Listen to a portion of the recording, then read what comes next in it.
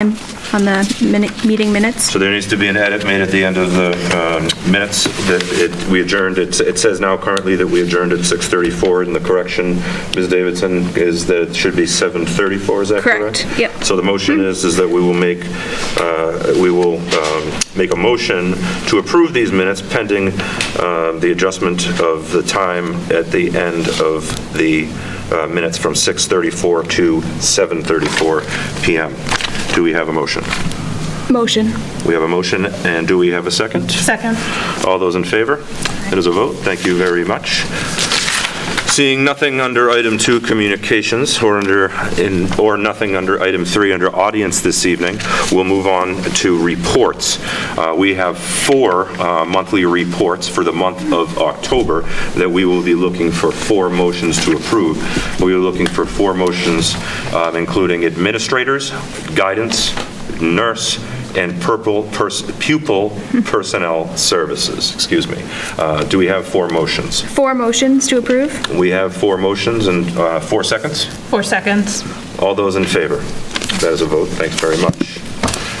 Next up tonight, for your information, is school newsletters, which I gotta say, this is maybe one of the more voluminous, I guess I would say, packets of school newsletters that I've seen in a while. And I think because it is filled with amazing pictures and information, and thanks for all the hard work being put into it. This particular month, I happen to enjoy a lot of the pictures of the Halloween costumes that were going on. But creativity knows no bounds with kids' costumes.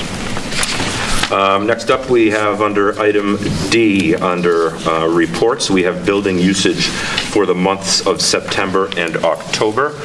It's good to see that our buildings are busy and getting busier for this time of year with sports and youth activities happening in our gyms. Good to see our community utilizing that space. Next up, under old business, we have a Phelps Family Elementary School update.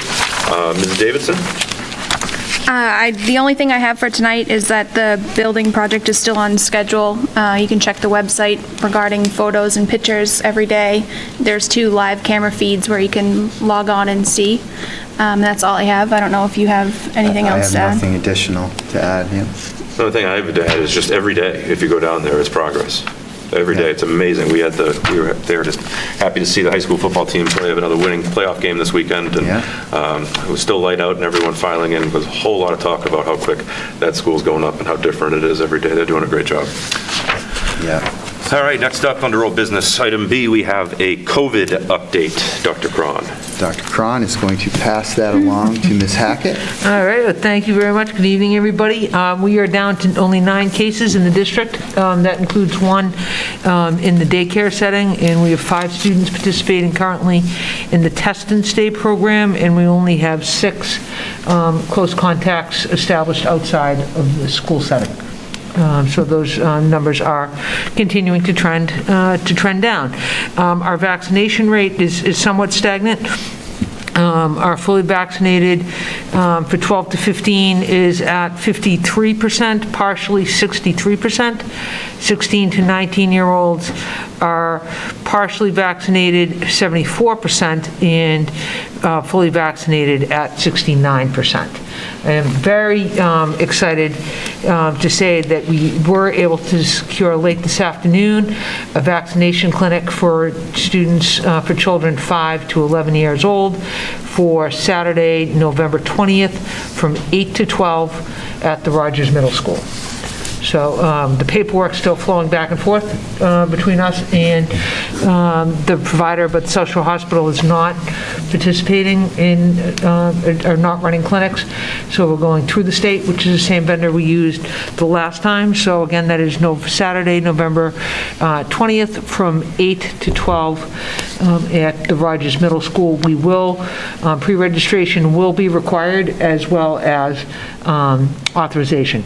Parent and guardian authorization and all that will be done electronically, and hopefully we'll be out by the middle to the end of this week. But we recognize parents and guardians having a very difficult time securing appointments, And this will be an unlimited amount of doses available, but pre-registration will be required.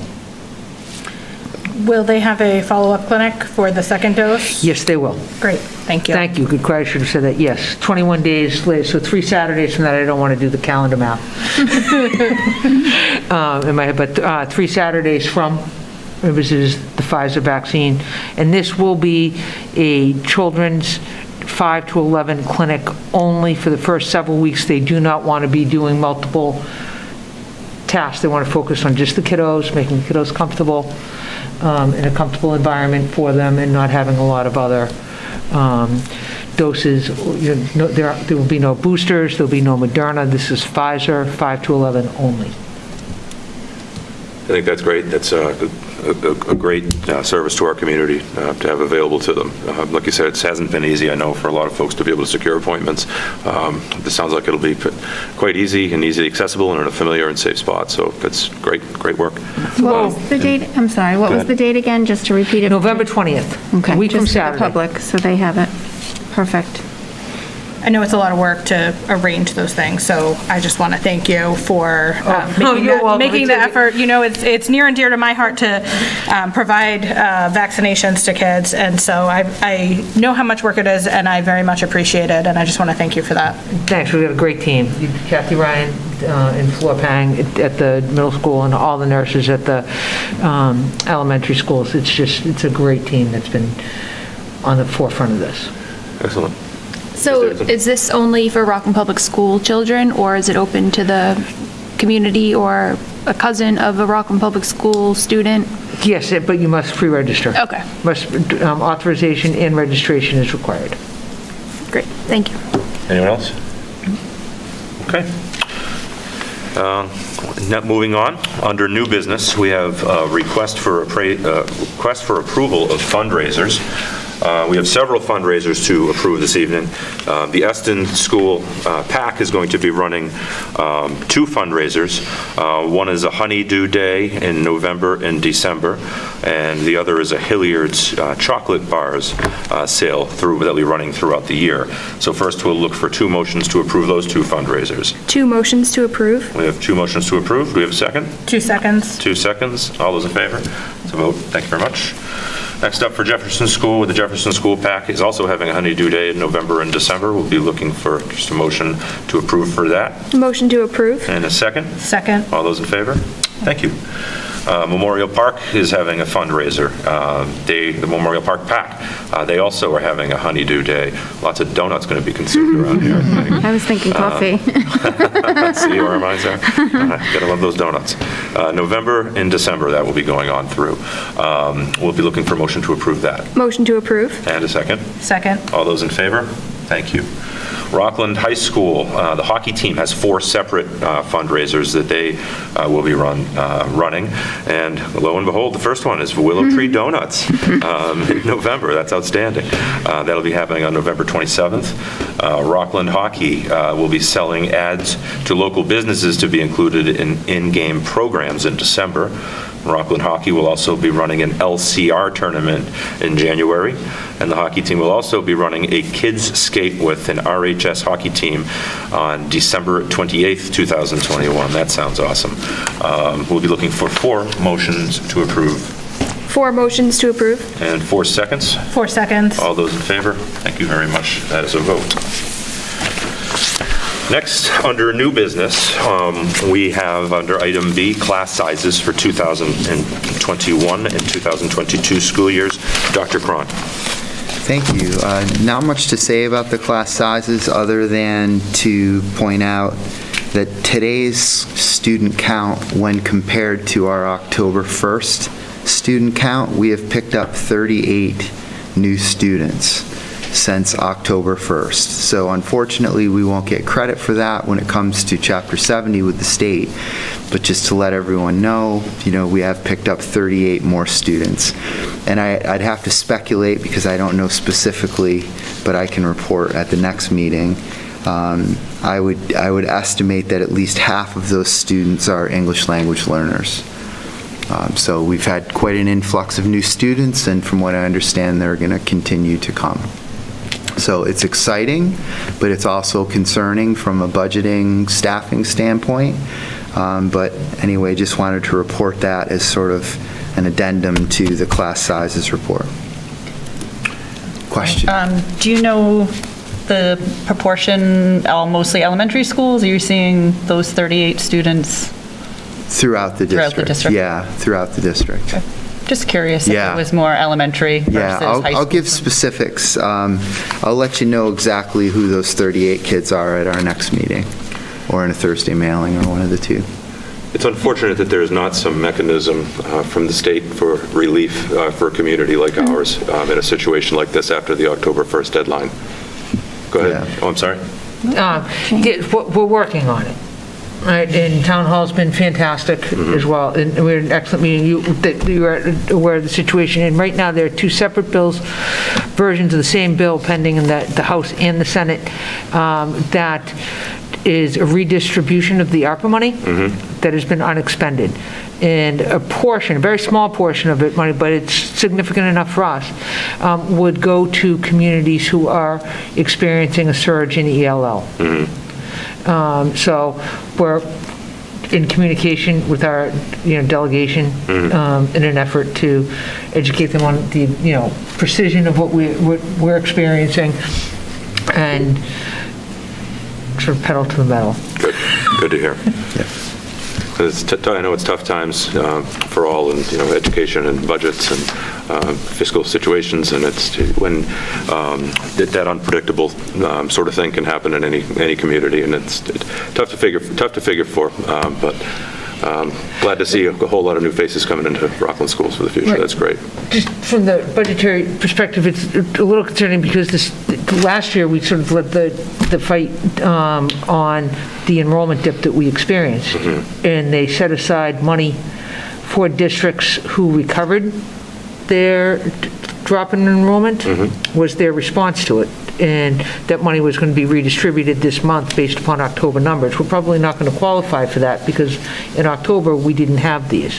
Had these numbers been available to us in October, we probably would have been eligible for those emergency funds, which is the case that we're going to make, in attempting to make ourselves eligible for this next tranche of money. Gotcha. Any other comments, questions? Thank you. Okay. So, moving on from new business, we can go to our superintendent's report. Dr. Cron. Thank you. I just want to congratulate faculty and staff on an excellent PD day on Thursday. We had a half day. I also want to thank families. I know that every time we have a half day, that it puts a burden on families to take care of childcare, and I want them to know that we take that time very seriously and we use that time very carefully. So this past Thursday, we did a lot of work around Bridges Math, which is our new math program. So I just want to, again, congratulate faculty and staff on some great work last Thursday afternoon and thank families for that time. I'd also like to congratulate Jane and Noelle Novio for doing some great work on busing over the past couple of weeks. We've gone to a two-tiered busing system at the middle school and high school, and we're able to completely eliminate wait lists, which for those who it affected out there, I'm sure that it's made a big difference to them. But I just want to thank Jane and thank Noelle for that work. And I don't know if you had anything you wanted to add to that, Jane? No, it's going extremely well, and Dr. Harrison and Mr. Schipper were very cooperative, and every single one of these kiddos is getting to school on time, in time to have breakfast, and getting home within a very reasonable amount of time. It's a very creative solution, and our relationship, we've worked hard on it, and it's been tough at times with first student, but we really do have a very good relationship at this point in time with first student. They're afraid of Jane. Sorry, did I say that out loud? You did. I did, okay.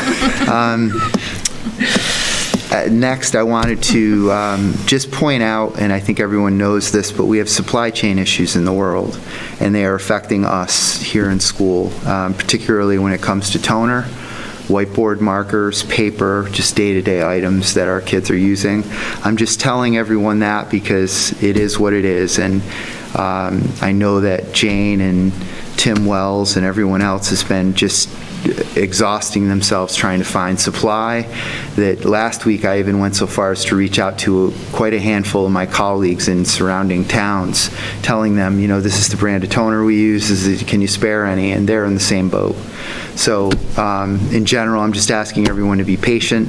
This is going to play itself out in many different ways. Kids will be handwriting graphic organizers rather than being handed one. We just have some issues going on with toner and some basic supplies, so I just want everyone to know that that is going on. And I want to thank the teachers for being so creative and flexible around it, because it makes their lives a little bit more challenging, so I want to thank them for that. And then finally, I just want to congratulate our athletic teams. Had the pleasure to attend the football game on Friday night, and just great to see the kids out there giving it everything they have, and really proud of them this year. So it's just great volleyball, great soccer, great football, great cheerleading. It's just it's a real pick-me-up for everyone, and we appreciate them. And that's all I have. Excellent. Thank you very much. Last up on tonight's agenda is our public service announcements. We'll be starting with our student representative, Maria Paolo. Hi. So first of all, I would like to thank, on behalf of the Student Government Council, all of the families that attended Project Pumpkin. It was a big success. Also, thank you to the volunteers who took the time to decorate trunks or hand out candy and whatnot. So Powder Puff is coming up, so if you had signed up, practices and the games are coming around the corner, so keep an ear out for any information on that. Freshman and sophomore class are selling Hilliard bars for $2. They're selling out fast, so get them while you can. We have a Student Government Council meeting on November 10th in the CAF. And finally, winter sports meetings are coming up these next couple weeks, so listen to the announcements for that. Yeah, that's all. Thank you very much. Dr. Small. So first off, Thursday is Veterans Day, and I just wanted to publicly thank all of our veterans that are out there in the community for serving, and the families of those that support our veterans, so thank you very much for that. And also just getting back to the vaccines, so as a pediatrician, the fact that Pfizer was able to get emergency use authorization for COVID vaccine for ages 5 to 11 about 2 weeks ago, and last week the CDC and the ACIP endorsed that recommendation, so pediatricians and pharmacies and hospitals and our own communities are starting to have those vaccines available. If you have questions or concerns about whether the COVID vaccine is right for your children, please speak to your pediatricians. I guarantee that they want exactly the same as you do for your children, for them to be safe and healthy. And that is all I have. Thank you. Mrs. Davidson. I would just like to congratulate Dan Kimball on being named Eastern Mass Coach of the Year. He's the boys soccer coach. It's a great accomplishment, and congratulations to him. Thank you very much. Mrs. Maroney. I was going to comment about sports and Veterans Day as well. Thank you, Dr. Small, for your service. So I don't have anything other than that. Thank you. Mrs. Hennessy.